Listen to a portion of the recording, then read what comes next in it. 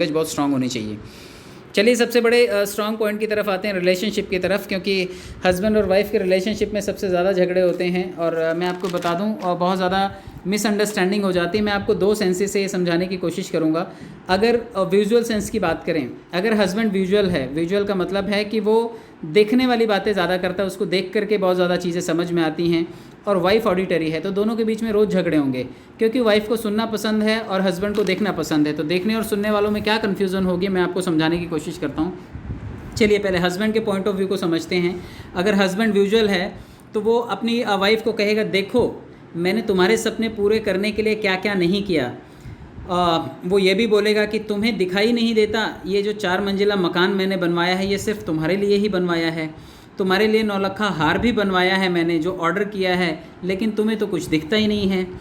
तुम देखो, मैं अपने लिए तो कभी कुछ नहीं लेता, लेकिन तुम्हारे लिए ब्रांडेड कपड़े मैं हमेशा ख़रीदता हूँ।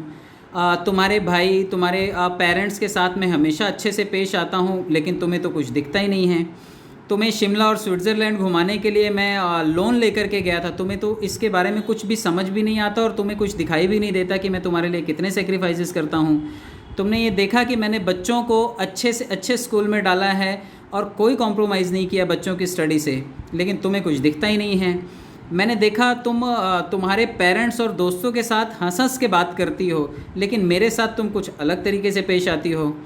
तुमने देखा कि मैं तुम्हारे भाई की कमी नहीं, कभी कुछ नहीं कहा मैंने तुम्हारे भाई को, लेकिन उसने मेरे पैसे भी ख़राब किए, लेकिन तुम्हें तो दिखाई भी नहीं देता कि मेरी ये कुर्बानी कितनी बड़ी है तुम्हारे भाई के लिए।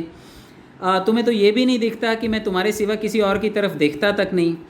तुम्हारे जले कट्टे खाने की तारीफ़ करते मैं थकता नहीं, तुम्हें तो ये भी नहीं दिखाई देता। पड़ोसी की बीवी को देखो, वो अपने पति को कितना प्यार करती है। फंक्शन वाले दिन तुमने इतनी सुंदर साड़ी पहनी थी, मैंने तुम्हारी खूबसूरती की तारीफ़ की, लेकिन तुम्हें ये भी दिखाई नहीं देता। तुम्हारे और बच्चों के अलावा मुझे कुछ भी दिखाई नहीं देता, लेकिन तुम्हें इस समझ में भी नहीं आता। तुम्हें दिखाई नहीं देता कि मेरी दुनिया में तुम्हारे सिवा कोई नहीं है, लेकिन तुम्हें ये चीज़ समझ में ही नहीं आती। तो ये सारी चीज़ें जो हैं, ये रिलेशनशिप में अगर हस्बैंड बोलता है, लेकिन हस्बैंड की ये बातें हो सकता है वाइफ को समझ ना आए, क्योंकि वाइफ जो है वो ऑडिटरी है। तो अगर ऑडिटरी के पॉइंट ऑफ व्यू से देखें तो वाइफ कैसे कैसे आंसर देगी, आप ये समझिए। हस्बैंड ने देखने की बात की, और वाइफ जो है वो सुनने के लिए एक्सपेक्टेड है, तो वो क्या सुनना चाहती है और क्या कहना चाहती है, आप इसको समझने की कोशिश कीजिएगा। तो वाइफ का पॉइंट ऑफ व्यू अगर देखें, अगर वो ऑडिटरी है तो क्या बोलेगी कि पहले जब तुम मुझसे मिलते थे तो खुशी के मारे चिल्लाने लगते थे, तो यहाँ पे वो साउंड को रिप्रेजेंट कर रही है। तुम मेरे बारे में मेरी तारीफ़ें करते नहीं थकते थे, वो यहाँ पर भी सुनने की बात कर रही है। मुझे आई लव यू तो बोला नहीं तुमने, मैं तुम्हारे तोहफ़ों का क्या करूँ। मतलब उसको तोहफ़ों से कोई लेना देना नहीं था, उसको 4 मंजिला मकान से 9 लखे हार से लेना देना नहीं था, उसको आई लव यू बोला नहीं गया। आज तुम्हें मेरी आवाज़ में मिठास नहीं लगती, जबकि पहले तो मैं तुम्हें कोयल जैसी लगती थी। तो वो अपने बोलने को यहाँ पर भी बात कर रही है। मुझे पहले तुम कहते थे कि मेरे अंदर तुम्हें देखते ही घंटियाँ बजने लगती हैं, लेकिन अब तो तुम ऐसा कुछ भी नहीं कहते। मेरे गाने की, मेरी आवाज़ की तुम तारीफ़ करते नहीं थकते थे, लेकिन अब तो तुम उसे सुनना भी पसंद नहीं करते। आगे अगर बात करूं मैं, तो वाइफ़ के कई सारे ऐसे भी सवाल हो सकते हैं कि वो बोले कि पहले तो जब मैं आती थी तो मेरे पायल की आहट भी तुम्हें सुनाई दे जाती थी, लेकिन अब तो तुम्हें कुछ सुनते ही नहीं है। मैं किचन से भी कोई काम कर रही हूँ, आवाज़ दूँ, तब भी तुम कोई जवाब नहीं देते, तुम्हें सुनाई नहीं देता। मुझसे रात रात भर बातें करके तुम्हारा मन नहीं भरता था, लेकिन अब तो तुम्हें मुझसे बात करने में भी तकलीफ़ होती है। मेरी फ्रेंड्स के सामने मेरी तारीफ़ भी तुम करते नहीं थकते थे, लेकिन अब तो तुम मेरी तारीफ़ भी नहीं करते। जब भी मैं पार्लर जाती हूँ या तैयार होती हूँ तो अच्छी अच्छी बातें सुनने को मेरे कान तरस जाते हैं, लेकिन तुम कुछ बोलते ही नहीं। शादी से पहले तो कहते थे कि मैं तेरे बिना मर जाऊँगा, और अब ये बातें तुम कभी बोलते ही नहीं हो। तो शादी के इतने साल हो गए, कभी कोई अच्छी बात नहीं करते, ना तो घूमने फिरने की बात करते हो, ना ही कोई सरप्राइज़ देने की बात करते हो।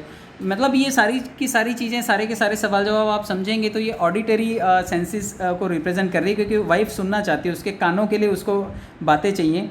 पार्टी में भी अगर वो कभी जाती है तो कहती है, मैंने कितने बार मेरे पेरेंट्स से कहा कि बात कर लो, लेकिन तुम मेरी बात कभी सुनते नहीं हो। बच्चों के सामने मुझे कुछ भी उल्टा सीधा बोलते हो। तुम बच्चे भी कल को बोलने लगे, तुम्हें ये भी समझ नहीं आता, ये भी तुम्हें सुनाई नहीं देता, मैं हज़ार बार तुम्हें समझा चुकी हूँ। तुम्हारी गलती होती है, लेकिन फिर भी मैं ही माफ़ी मांगती हूँ, मैं ही सॉरी कहती हूँ, तुमने कभी मुझे सॉरी कहा ही नहीं। मेरे तो कान तरस गए तुम्हारी हंसी सुनने के लिए, तुम कभी हंसते ही नहीं हो। कभी तो कहो ना प्यार है।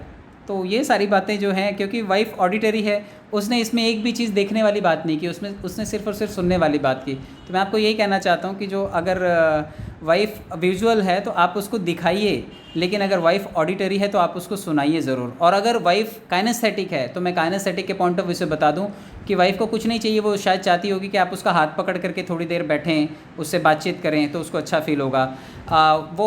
ये भी चाहेगी, काइनेस्थेटिक जो सेंस स्ट्रांग होगी, वो चाहेगी तुमने मुझे गले नहीं लगाया, तुमने मुझे कहीं पर लॉन्ग ड्राइव पर तुम मुझे लेकर के नहीं गए, तुम मेरे साथ कभी समुंदर पे चौपाटी पे मेरे साथ घूमने के लिए नहीं गए, हाथ में हाथ डाल करके हम लोग घूमते तो कितना अच्छा लगता था, तुमने मुझे कभी खाना नहीं खिलाया, अपने हाथ से मुझे पहले तुम खिलाया करते थे, आइसक्रीम तुम खिलाया करते थे, तो मुझे अच्छा खाना खिलाया करते थे, मेरे लिए चॉकलेट लाया करते थे, मैं रैपर संभाल करके रखा करती थी, लेकिन तुमने बहुत दिन हो गया ऐसा किया नहीं।